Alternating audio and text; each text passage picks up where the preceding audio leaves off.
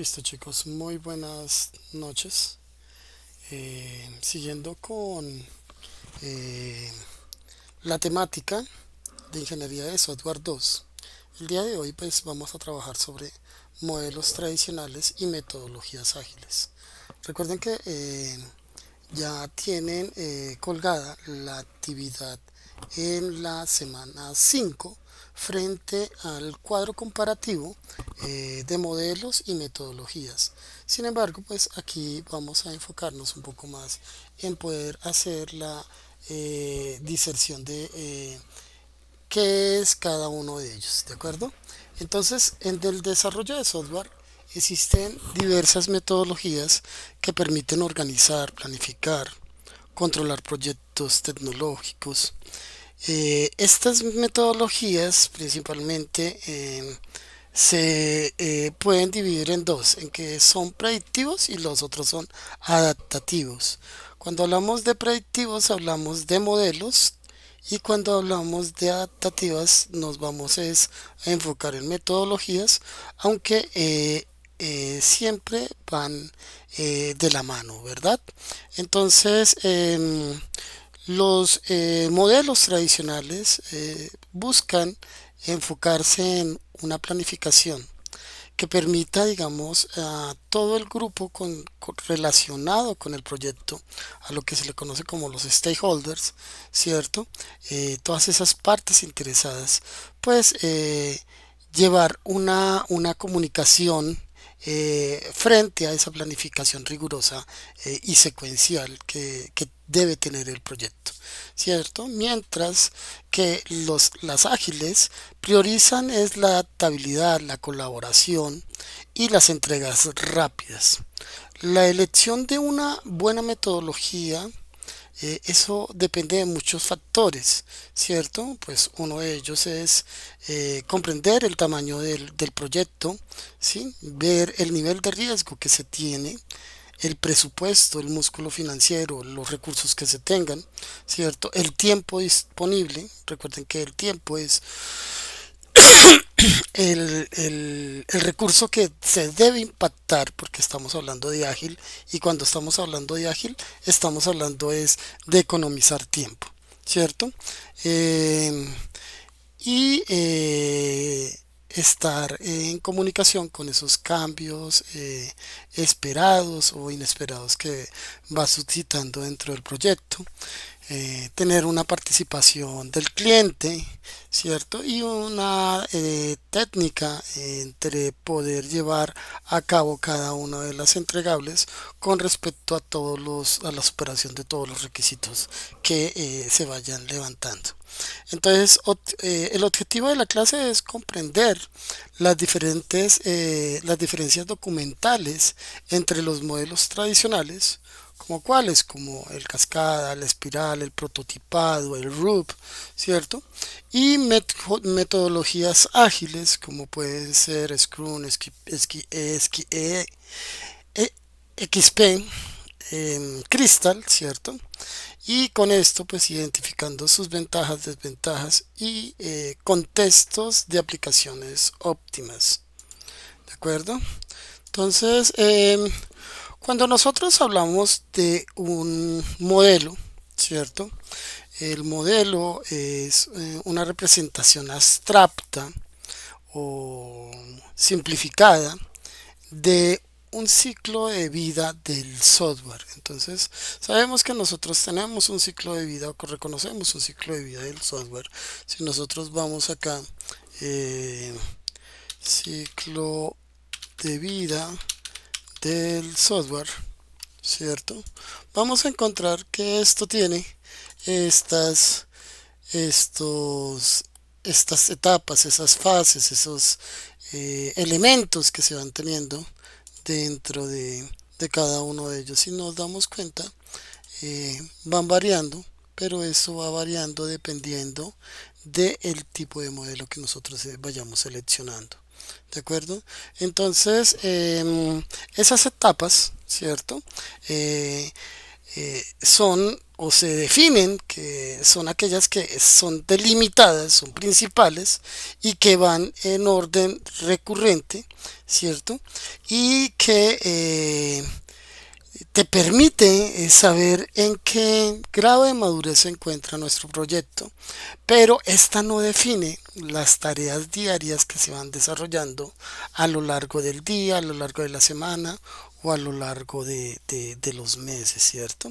Entonces, el propósito es proporcionar una estructura teórica, un marco de referencia, ¿cierto?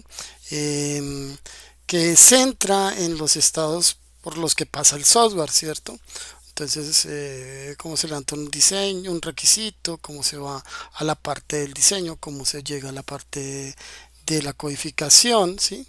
Entonces, volvemos y repetimos.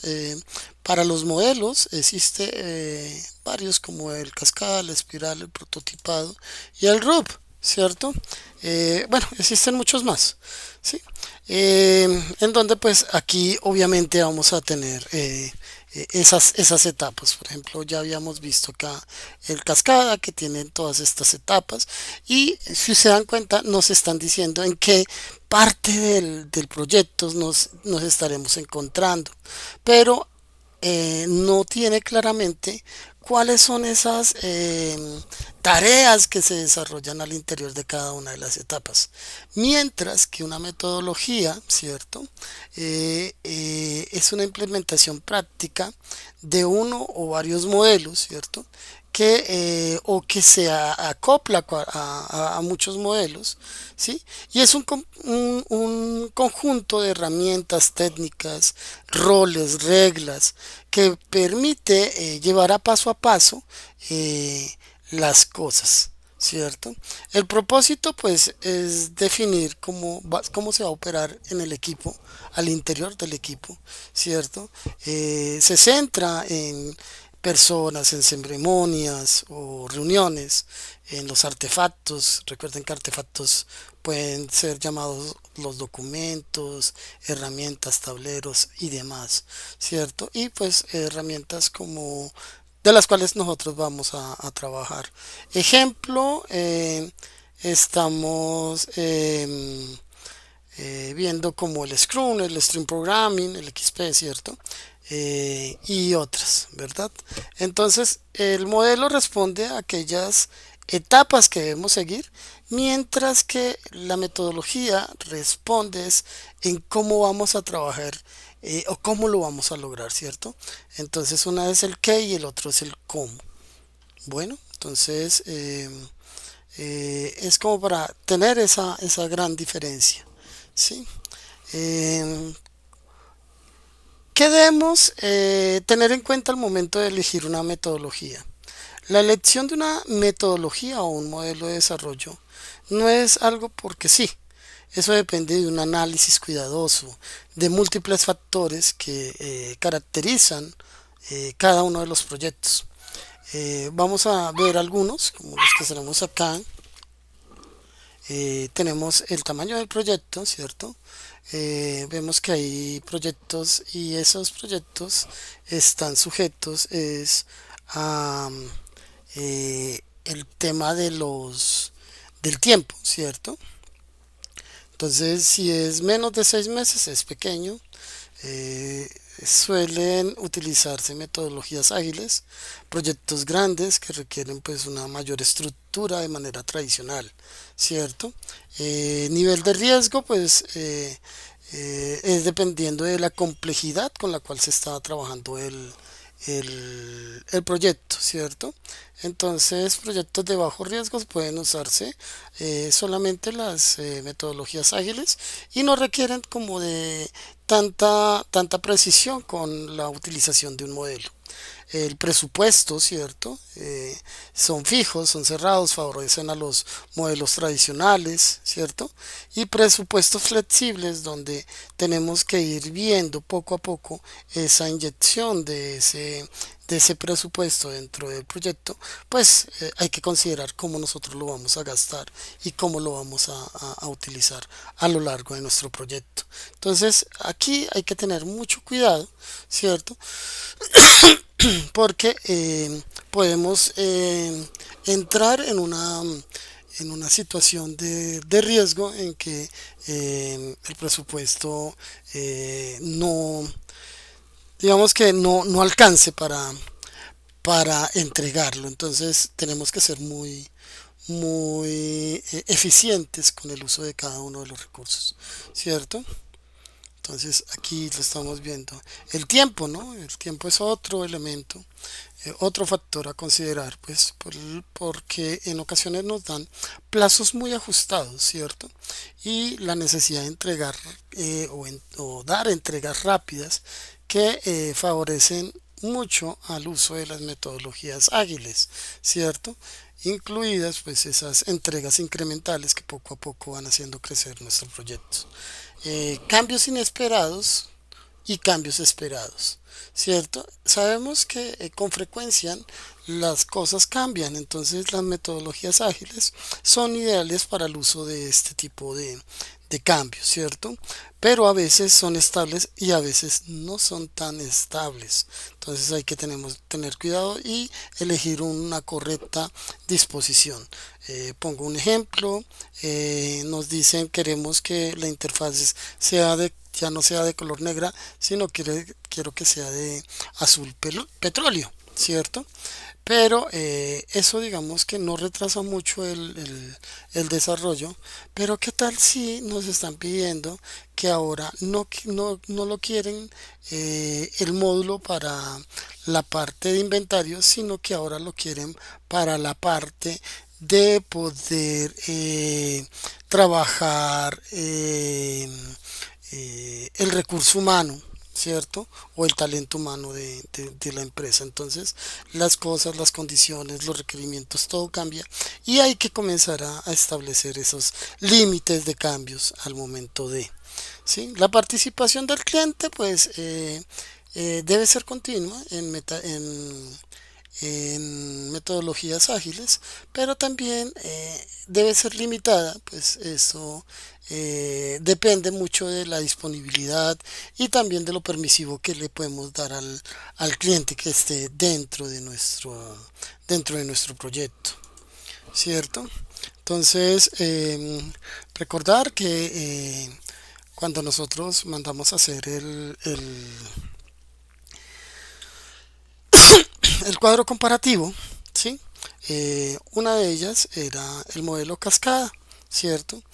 El modelo cascada fue propuesto por Winston Royce en 1970 y fue como el primer modelo formal de procesos de software, ¿sí? Se caracteriza ¿por qué? Por el desarrollo de las fases secuenciales lineales, donde cada fase debe completarse por completo antes de pasar a la siguiente. Las fases típicas son, y por aquí lo veíamos, entonces veíamos que eran requerimientos, ¿cierto? Requisitos. Entrábamos a una fase de diseño, luego pasábamos a una fase de implementación o de desarrollo, pasábamos a una fase de pruebas, pasábamos a una fase de lanzamiento o de despliegue y entrábamos a una de mantenimiento, ¿cierto? Porque pues cuando ya entregamos el producto no es solo entregarlo, es ver que verdaderamente funcione y si existen problemas luego de su lanzamiento, pues poder apoyar a la empresa pues para que se estabilice al momento de su implementación, ¿cierto? Este modelo funcionaba muy bien, pues dado a que los requisitos en ese entonces eran claros, eran pequeños, los proyectos no eran tan grandes, ¿cierto? Y no se esperaban grandes cambios durante el desarrollo. ¿Qué fueron esas principales ventajas? Su principal ventaja es que es muy simple, ¿cierto? Es simple, eh, fácil de gestionar, ya que cada una de esas fases tienen entregables claros y puntos de control definidos. Además permite que se lleve una buena documentación, y recuerden que una buena documentación pues es parte vital de un proyecto. Es fácil de entender para equipos no técnicos. Los hitos o esas metas alcanzables son fácilmente identificables y se puede medir el progreso, ¿cierto? El avance de manera objetiva, porque nosotros le podríamos dar peso a cada una de estas fases. Y por ejemplo, esta es el 5%. Entonces, si nos dicen, bueno, en qué vamos? No, vamos en el 5%. ¿Y en qué está dado? En el levantamiento de requerimientos.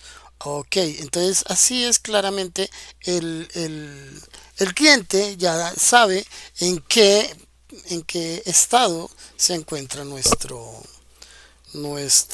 proyecto. Desventajas: es muy rígido, no tolera cambios, ¿cierto? Eh, si se detecta un error en una fase temprana, es extremadamente costoso, ¿cierto? Y debe ser corregido en las anteriores. Y si lo encontramos, por ejemplo, dentro de la fase del despliegue, pues tendríamos que devolvernos a cada una de estas.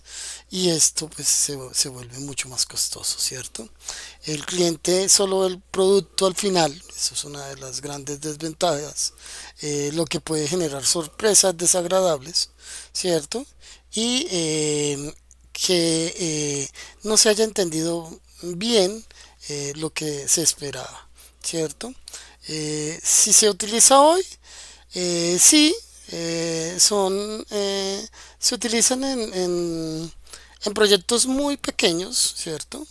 Eh, Estamos hablando de que no requieren de mayor complejidad, por tanto, este tipo de modelo es muy utilizado. Entonces vamos con el modelo prototipado. El modelo prototipado surgió como una respuesta a la rigidez de ese modelo cascada que anteriormente venía, ¿cierto? Entonces, cuando veamos prototipado,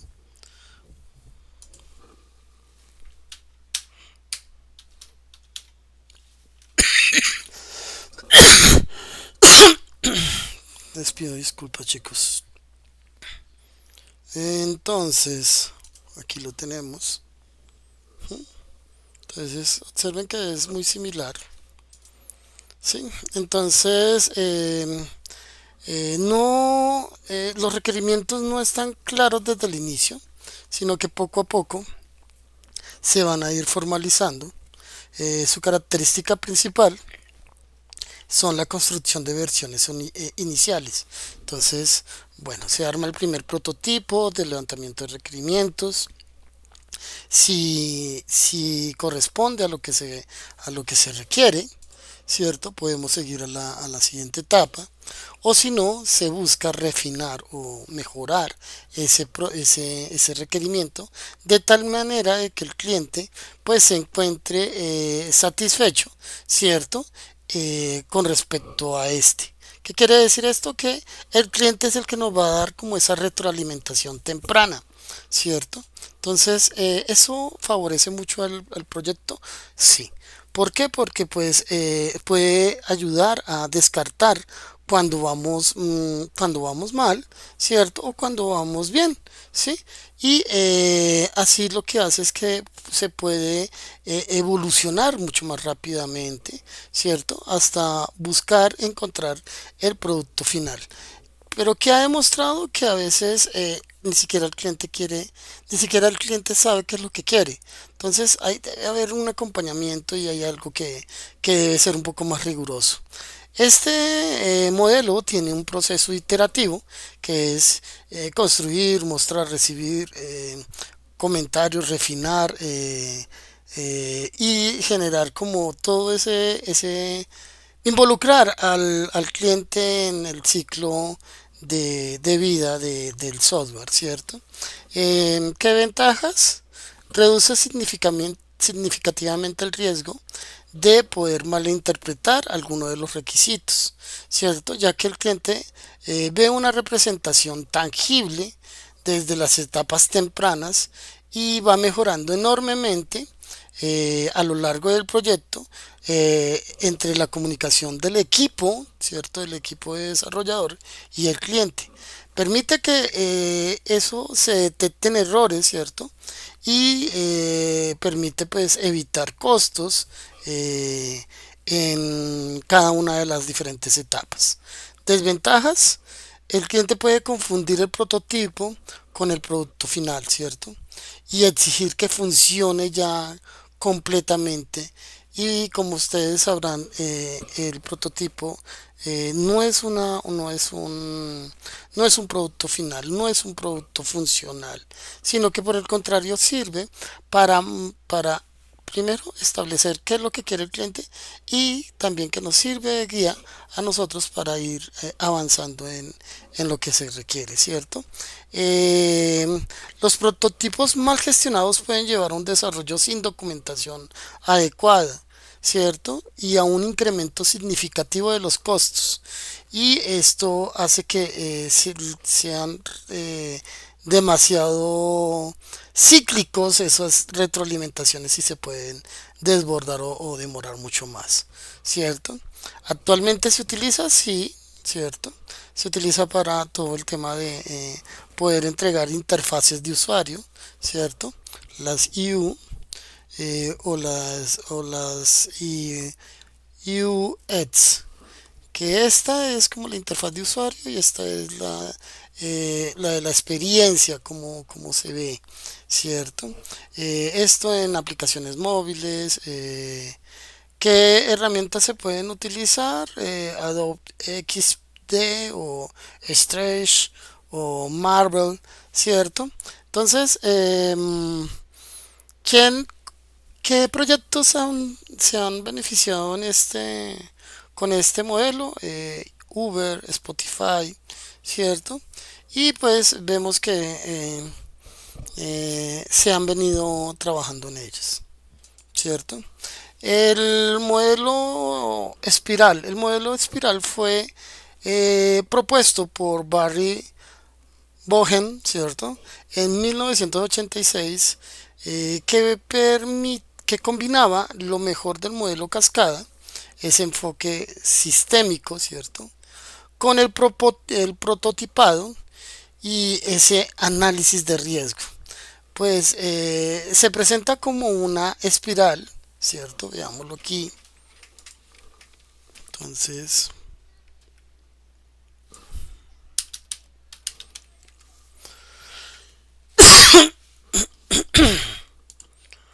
listo, aquí lo estamos viendo. Entonces, se presenta como una espiral, ¿verdad? Entonces, cada una de las vueltas representa como una iteración, o sea, nosotros vamos a repetir, ¿cierto? Como esas etapas, ¿sí? A lo largo de cada uno de los... Mire que aquí lo tenemos, decimos que vamos a tener gestión de riesgos, prototipos, vamos al diseño, al código, la integración, pruebas e implementación y luego volvemos otra vez a empezar.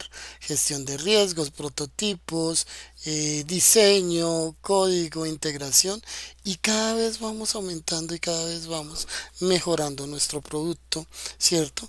Tratando de refinar progresivamente nuestro proyecto. ¿Cierto? Entonces eso es una gran ventaja, ¿sí? Este modelo está orientado a la gestión de riesgos. Es ideal para proyectos grandes y complejos porque a veces no tenemos claridad frente a esos riesgos tecnológicos, financieros o de negocio que son altos, que requieren una mitigación continua, ¿cierto? La gestión de riesgos es su mayor fortaleza, ¿sí? Permitiendo pues identificar, mitigar problemas potenciales, eh, y poder, esa identificación lo que sugiere es que se eviten antes de que afecten al proyecto de manera significativa. Es flexible, sí. Permite incorporar cambios en sus iteraciones sucesivas, sí. ¿Mm? Pero el cliente pues participa en cada una de esas iteraciones y puede ver cómo ese producto va creciendo y cómo va gradualmente ampliándose. Desventajas. El modelo es complejo, ¿cierto? Eh, Requiere de una alta experiencia, requiere de una continua evaluación de riesgos y a veces nosotros no sabemos evaluar un riesgo, ¿sí? Solo vemos un riesgo cuando ya se materialice y cuando ya se materialice ya es un hecho, ¿cierto? Entonces, puede ser costoso porque cada iteración implica análisis detallados, experimentación, experiencia, documentación, múltiples entregas, ¿cierto? No es adecuado en proyectos pequeños o de bajo riesgo, ¿cierto? Esto está más dado es a proyectos un poco más grandes, ¿cierto? En donde el tiempo es significativo por parte del cliente y los stakeholders o las partes interesadas que participan en la evolución de cada una de las iteraciones, ¿cierto? Eh, Vamos a ver ahora la metodología ágil. Entonces, en el 2001, un grupo de 17 desarrolladores de software se reunieron y crearon un manifiesto ágil que establecía cuatro principales valores fundamentales que revolucionaron la industria del software.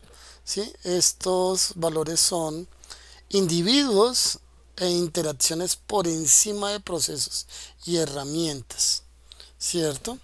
El otro es software funcionando por encima de la documentación exhaustiva. Entonces veamos, nos dice individuos e interacciones por encima de procesos y herramientas. Entonces aquí lo que necesitamos es verdaderamente la experiencia de los individuos, ver cómo se comporta ese software, ¿cierto? Y que debe primar, ¿cierto? A través de los procesos y de las herramientas. ¿Sí? Cuando hablamos de software funcionando por encima de la documentación, da lugar a que se enfoca es a que funcione y no llevar una documentación clara de esto. Sé que esta parte suena redundante, suena como algo que no corresponde a lo que nos han venido comentando, pero pues esto eran el manifiesto ágil que se tenía en el 2001. ¿Sí? La colaboración con el cliente es por encima de esa negociación de contratos, ¿cierto? Y esa respuesta al cambio por encima de seguir un plan. Entonces, el cliente debe estar de la mano con nosotros porque eso es lo que nos asegura el éxito de lo que él desea, ¿cierto? Estos valores pues priorizan la adaptabilidad y la entrega rápida de valor y satisfacción al cliente como principios rectores. Entonces, los métodos ágiles se caracterizan por ser iterativos, incrementales, con ciclos cortos de desarrollo, que son como esos divisiones de tiempo que vamos a tener y esas iteraciones, o sea, esas tareas que sí o sí se deben cumplir y que se van a repetir a lo largo de cada uno de esos pequeños espacios de tiempo que van a dividirse el proyecto, ¿cierto? Entonces, cada vez que se, se hace una iteración, pues se debe entregar un incremento del software funcional, ¿cierto? Este puede ser mostrado al cliente, ¿sí? Y puesto en producción. Esto permite pues recibir una retroalimentación temprana, ajustar el rumbo del proyecto rápidamente sin grandes costos. Y los equipos ágiles son autoorganizados, no tenemos que estar encima de ellos, son multidisciplinarios, quiere decir que no solo deben ser desarrolladores, pueden ser de otra área de conocimiento, pero que fortalezcan al proyecto y fomentan la comunicación cara a cara con el medio más eficiente para transmitir la información. ¿De acuerdo? Entonces, eh, mm, actualmente más del 80% de las empresas de tecnología utilizan metodologías ágiles. ¿Cuáles empresas como Google, Amazon, Netflix? ¿Sí? Incluso ya se desbordan de nuestra área de conocimiento, o sea, de la ingeniería de sistemas, y ahorita se ven utilizadas, ¿cierto? En otras áreas como la ingeniería industrial, en oficinas de planeación, en fin. Entonces, esto lo que permite es que se vuelve muy ágil, ¿cierto? Para acelerar la entrega, lo que indica que estamos impactando directamente al tiempo, porque se está economizando el tiempo de entrega, ¿cierto? Y por tanto también recursos dentro de los mismos, ¿cierto? Y esto ayuda a que se fortalezca el tema de poder hacer esas entregas muy rápidamente.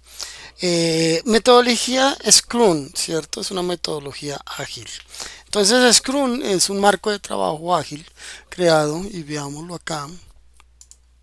Aquí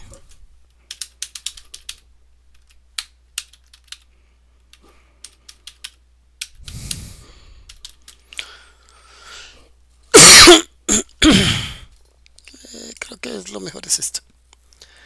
Listo. Entonces esta es la metodología Scrum. ¿Sí? En donde en la metodología de Scrum se basa en ciclos de trabajo llamado sprint. Entonces un sprint es que toda la ejecución de todo esto se debe hacer en un tiempo. Ese tiempo que nosotros disponemos, por ejemplo, una semana, 2 semanas, 3 semanas. Si dijimos que son 3 semanas, cada vez esa fracción va a ser de 3 semanas. A eso es lo que se le llama el sprint. En esas 3 semanas se deben hacer todas estas partes. ¿Listo? Entonces, ese ciclo, ¿sí? Tiene una duración fija. Siempre va a ser el mismo tiempo. ¿Sí? Generalmente se dejan 2 semanas, pero hay personas o hay líderes o hay los que gestionan el proyecto, los gerentes de proyecto, sí, a veces disponen hasta 4 semanas o hasta 8 semanas, ¿cierto? Digamos que hacen un sprint de cada mes, cada 2 meses, ¿cierto? Pero recuerden, siempre van a tener la misma duración, ¿cierto? Antes de cada sprint, pues se realiza una reunión, ¿cierto? Entonces veamos acá, se realiza una reunión donde pues es esta, el Sprint Planning Meeting, ¿cierto? Perdón chicos, donde pues se revisa qué es lo que se va a hacer, ¿sí? Se va a revisar, bueno, ¿qué vamos a hacer en este sprint? ¿Qué es lo que vamos a entregar? Entonces se empiezan a pensarse cuáles son todas esas actividades que se van a desarrollar. ¿Listo? En esa se resulta todo un gran número de tareas que se llama Product Backlog. Así es como se inicia una metodología Scrum. Entonces, se tiene toda una lista de actividades. Ese es el Product Backlog. ¿Sí? Pero dentro del sprint le vamos a decir, bueno, de estas actividades vamos a seleccionar este para acá, este para acá, este para acá. No se van a seleccionar todas, se van a seleccionar algunas que son las que se van a considerar como que sí se entregan sí o sí dentro de ese sprint, ¿sí?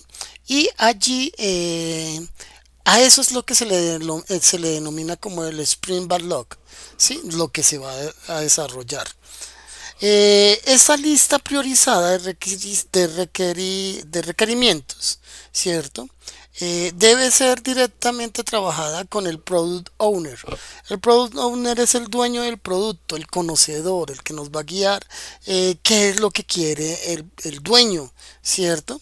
Eh, Durante ese sprint, el equipo trabaja de manera autónoma y organizada. ¿Mm? Eh, ¿Van a haber sesiones? Sí, van a haber sesiones o diarias, ¿cierto?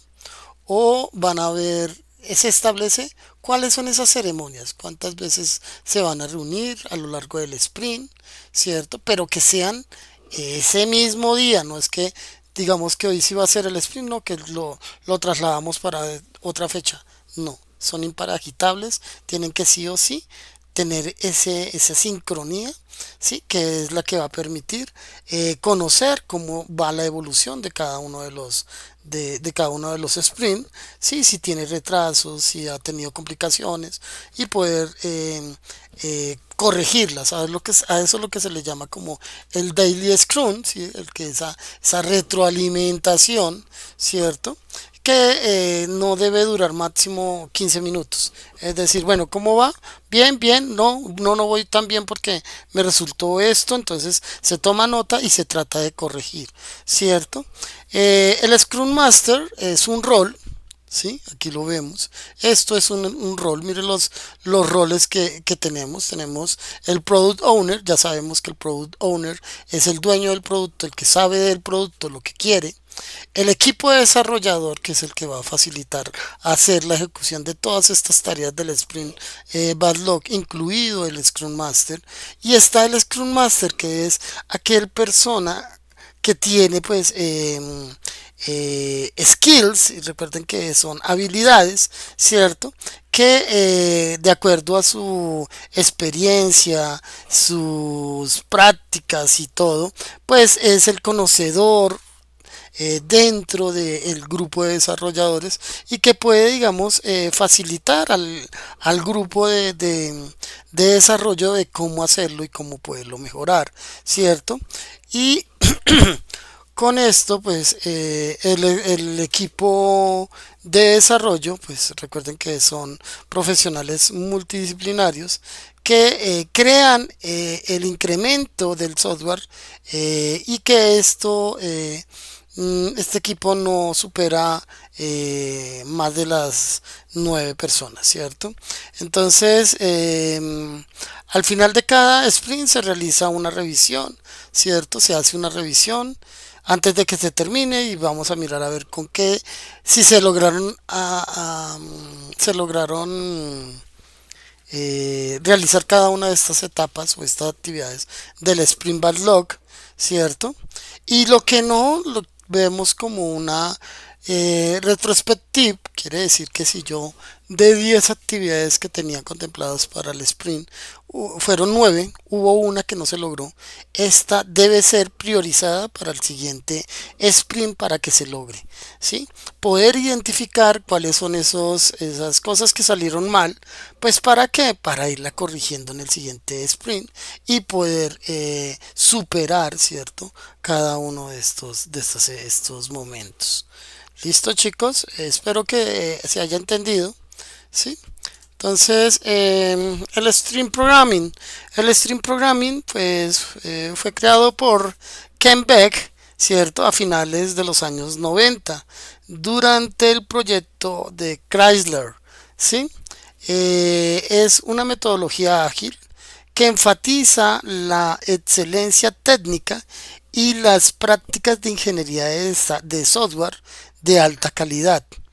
El Stream Programming, el XP, se centra en la programación por pares.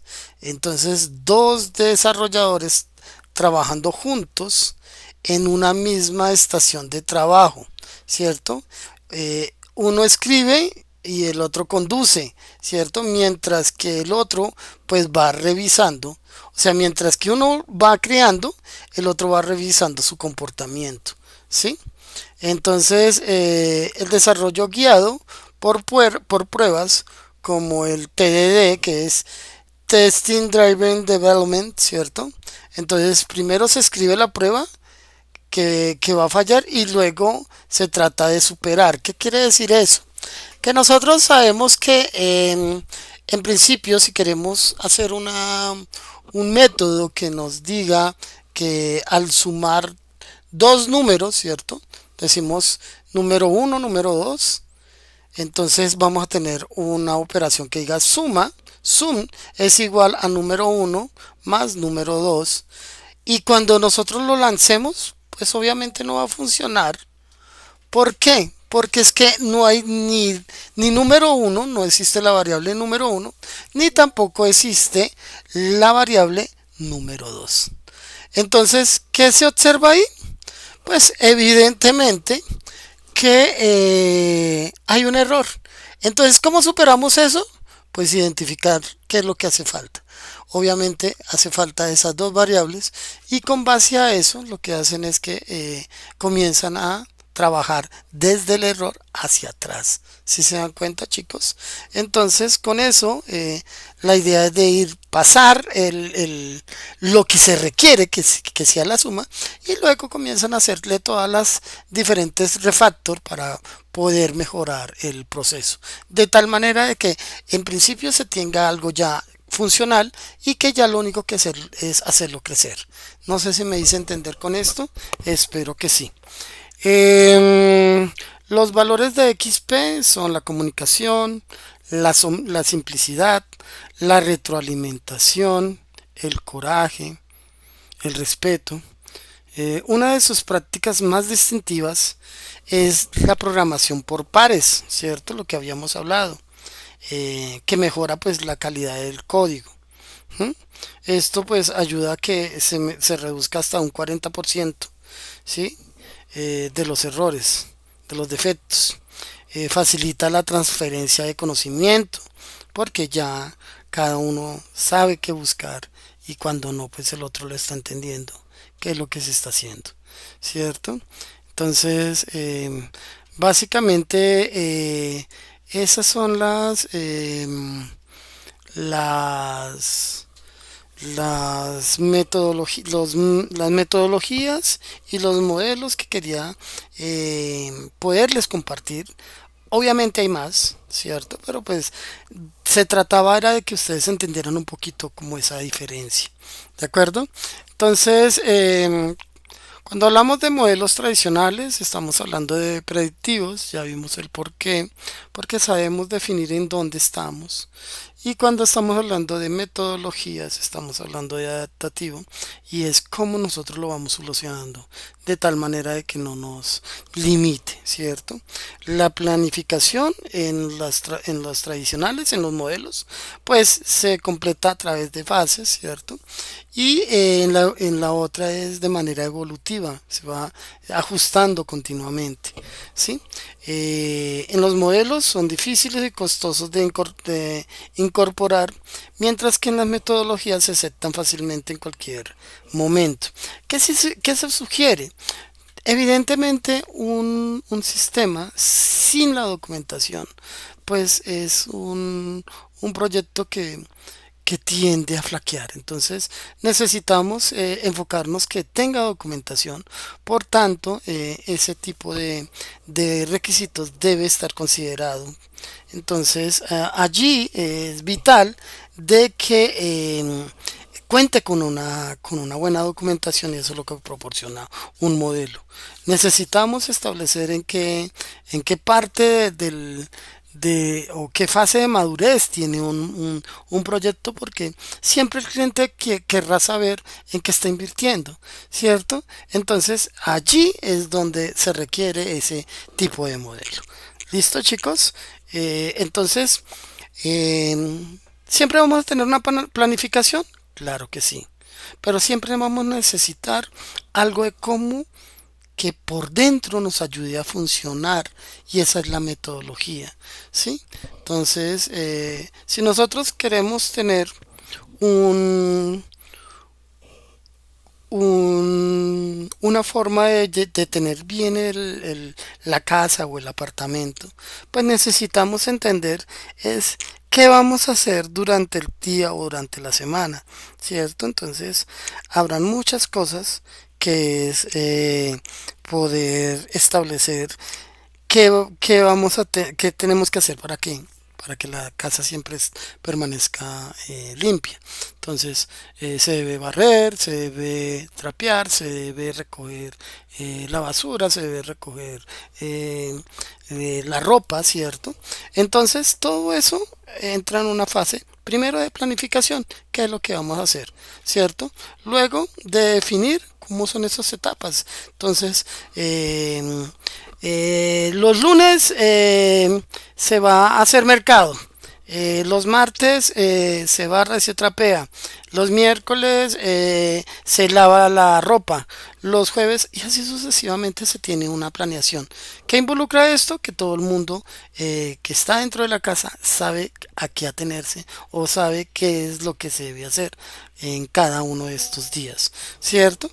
Y por último es saber cómo hacerlo por dentro, ¿cierto? Entonces, ¿quién es el que hace cada qué? Entonces, bueno, el que hace el almuerzo, pues se libra de barrer y trapear, ¿cierto? El que lava los baños, pues se libra de, mm, de lavar la loza. Y en fin, así sucesivamente. Es como nosotros hacemos para que todas esas etapas se logren y siempre mantengamos la casa limpia. Es una analogía que les hago, ¿cierto? Con respecto a los proyectos. ¿Listo, chicos? Entonces, chicos, no siendo más, nos vamos entonces a esa etapa de receso. La idea es de que dispongamos de este tiempo, ¿cierto? Y luego vendremos con la batería de preguntas. Agradecerles chicos por su conexión y nos vemos en otra oportunidad.